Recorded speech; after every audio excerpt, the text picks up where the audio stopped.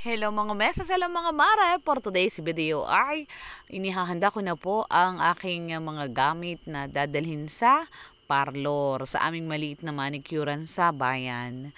And mga meses mga mare, yan pang aking daily routine.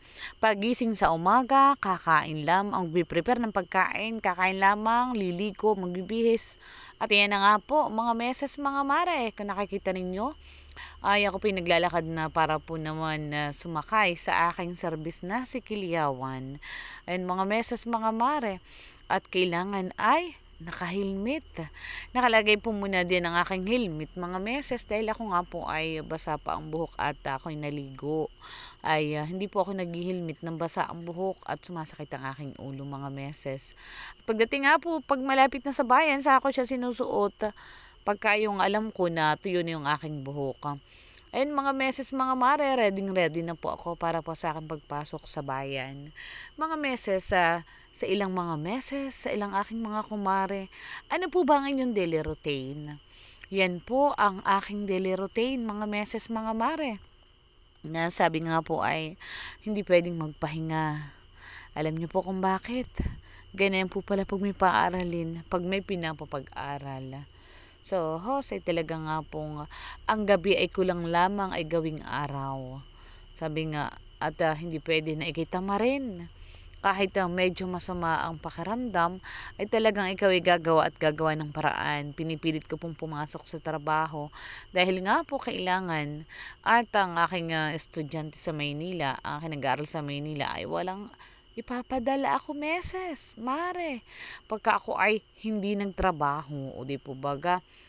Saka doon, bukod doon mga meses, mga mare, ako po ay high school pa. Ay, yun nga pong baon araw-araw, kinakailangan aking ma-survive. Kaya kinakailangan araw-araw ay magsipag. Huwag dapat dadaan si Juan Tamad at bawal pong magpahinga. Bawal tamarin, mga meses, mga mare. At ayun nga po yung aking daily routine, kagaya ng nag-request po ko, ano daw po yung aking palagi ang ginagawa. Ayan po mga meses, mga mare, kagaya nabanggit ko kanina, pagising po sa umaga ay magpapahinga lang ng konti, kakain, at pagising ko po naman ay si Agom ay minsan ay nakaluto na. At di kakain na lang, liligo at magpiprepare. Ayan po, pagdating ko po sa bayan, yan po yung aming maliit na pwesto ng manicurean. Meron po kami guys na mga meses, mga mare na maliit na linisan ng kuko dyan po sa kalapit ng Pormaran Drugstore. Sa hindi po nakakaalam, ayan po mga meses, mga mare, drop by na po kayo sa gusto pong magpamanicure at pedicure. Murang-mura lang po, 100 ang paa, 100 ang kamay. O di po baga, 200 up and down. Murang-mura na hani po. At sigurado po namang kayo ay satisfying sa aming linis sa inyong kuko after namin kayong malinisan. Ayan guys, at pagkadating ko nga po dyan mga meses, mga mare, nilapag ko na yung aking dala at ako po ay nag-umpisa ng magbukas ng aming maliit na manicurean habang wala po yung aking dalawang kasama. At yun nga po ay sabi ko ay hindi pa ako nag-aalmusal. Inagapan ko po talaga ang pagpasok mga meses, mga mare, dahil naku, punduhin na naman ang ATM ng aking anak. Kailangan po makapagpadala sa Maynila at baon ng aking nag-aaral sa kolehiyo at saka ng aking grade 10 na anak. Ayun po, ang pagkain ko ay okra. At yun nga po, at after ko nga pong kumain ng almusal sa parlor, sa aming maliit na manicurean, ay may dumating na pong customer. Tama-tama po naman, sabi ko Jesus, ay tama-tama. At nilinisan ko nga po ang aking kananang customer, ay kaswerte po naman. O di po baga, basta po't ikaw ay pumasok laang, magsipag, ay ikaw ay hindi magugutom at hindi ka na mangungutang kung saan mga meses, mga mare. Diskarte lang ang kailangan. Hindi po pwede na ikaw ay patulog-tulog sa pansitan. O di po baga, ulitin ko mga meses, diskarte lamang. Ako po'y nakakautang, hindi ko naman sinasabing hindi. Normal lang po iyon dahil ako po naman hindi mayaman. At sabi nga po ay kailangan po talaga, pag minsan pag walang wala at kailangan ay nandiyan po lagi yung aking takbuhan, ang aking utangan. Si Maring Michelle, thank you Maring Michelle. Ayun. At ako po naman, ni minsan ay hindi nabigo sa kanya, mga meses, mga mare. Ako po yung natutuwa. At pag sinabi kong, kumari ko, ako'y pautangan mo, ay agad-agad naman.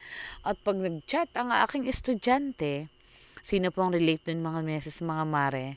Pag nag-chat ng mama, ay alam mo na ibig sabihin, honey. Ay, at sus Maria Jose, pagka po nag-chat ng ganay unay, talagang hindi ko na alam mga aking gagawin. Kaya mga meses, mga mare, talagang araw-araw ay ako po yung nag-iipon para po in case na mag-chat yung aking anak, ay agad ako may maiipadala. At alam ko naman ang aking anak ay napakatipid. Sabi nga po, ginagawa naman niya ang lahat. Sabi nga po mga meses, mga mare, ay sulit po naman yung aking pagpapaaral.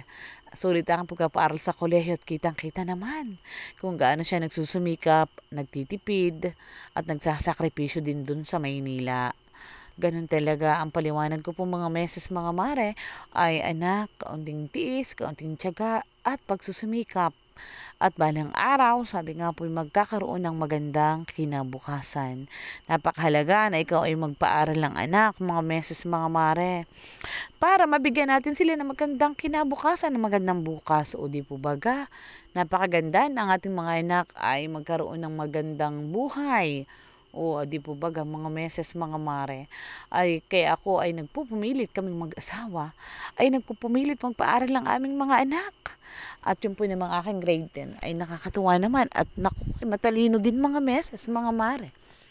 At kitang-kita po naman, lahat ng aking anak mula doon sa aking binata, sa aking panganay, ay matatalino hanggang doon sa bunso. At yung pinakaka-proud, mga meses, mga mare. O di po baga, sabi nga po, sulit ang pagod, honey.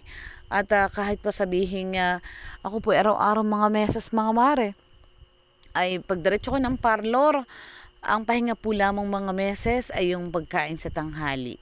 Pagkain namin sa tanghali, ay kami po ay diretso na naman, continue na naman ang aming trabaho basta't may customer. Kaya nagpapasalamat po kami sa aming mga palagiang customer, mga meses, mga mare. Thank you so much. Thank you so much po sa inyo. Kaya sa gusto pong magpa-service ng manicure at pedicure, kontakin nyo lang po ako at always available.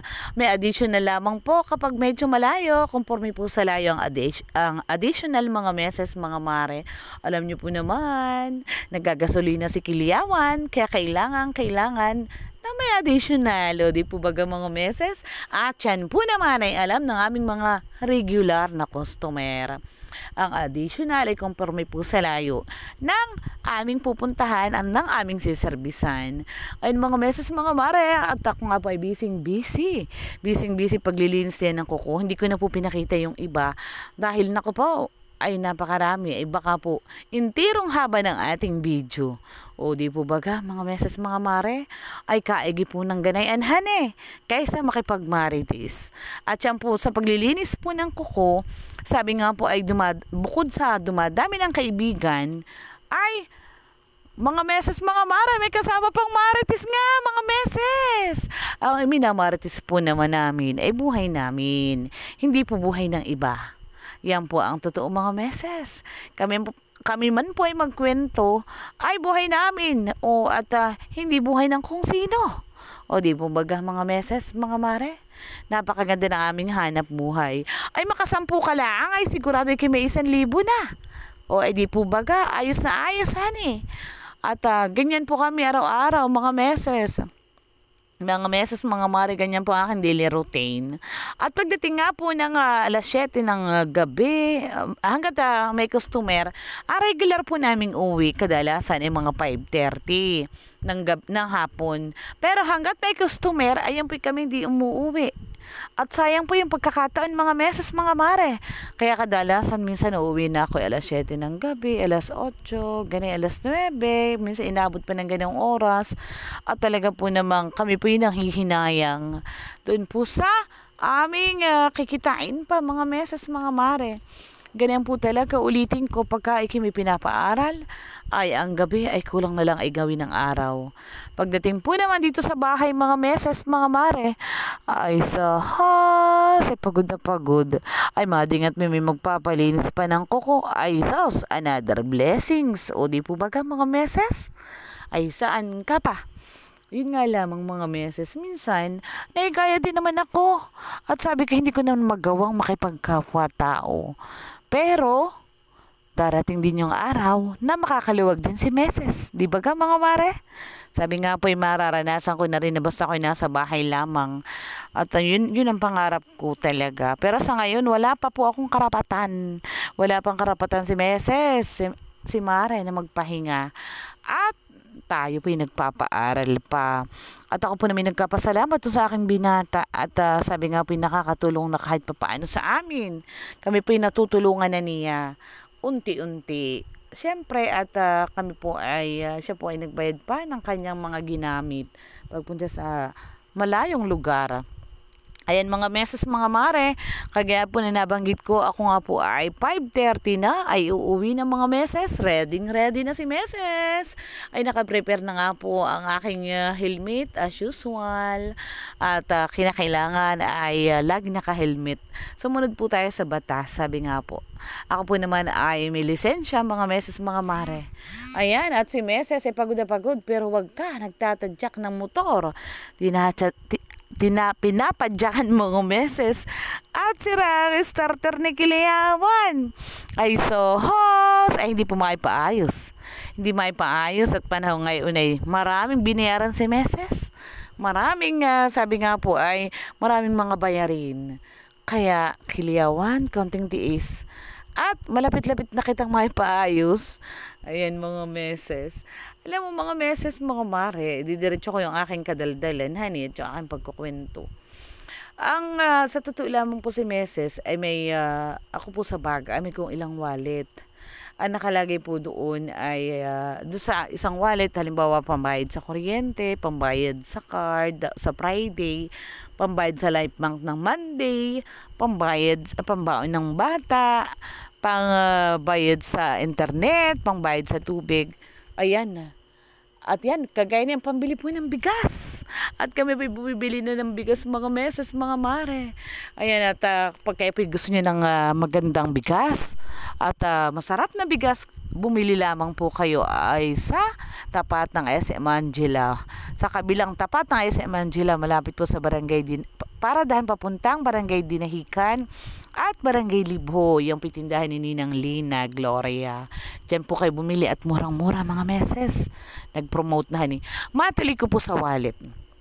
Alam niyo mga meses, mga mare, yung pagdating ng hapon, ay hiwa-hiwalay na po yung pera. Inihiwa-hiwalay ko na po. Ganyan po yung aking pagbabudget. Okay na kailangan matarget ko sa loob ng 1 linggo, yung allowance ng anak kong 1.5, di-divide ko po yun. Kung kinakailangan ay 300 per day or 50 pesos per day, ganyan po mga meses. Para maabot ko yung quota na kinakailangan ko para sa pampadala sa anak, panghulog sa card, pambayad sa life bank, panghulog sa ICTech, ano pa baga, allowance namin everyday. Pagising ko sa umaga, ang ginagawa ko na may tinitingnan ko, halimbawa nag-CR ako, titingnan ko kung ano yung wala na sa aming CR. Kung kakaunti na ba ang shampoo, habon, sabon, at yun ay bibilihin ko sa araw na yun at dala ko na pag-uwi ko. Ganun mga meses. At para, di bubaga, kinakailangan, kung halimbawa may natirang 20 pesos, 50 pesos dun sa na-divide kong hanap ko, ang ginagawa ko po naman ay tinatabi ko. At iniipon yun ng savings. Kung natira 50 pesos, 200 pesos dun sa income ko sa maghapon, yun ang aming savings. At kami po na ako po yung nagsisavings sa ICDEC para po naman sa aming pagtanda. Hindi man kalakihan, maliit mang halaga, pagdating ng araw, ayun ay lalaki at lalaki din. Dadami at dadami din. Di po baga.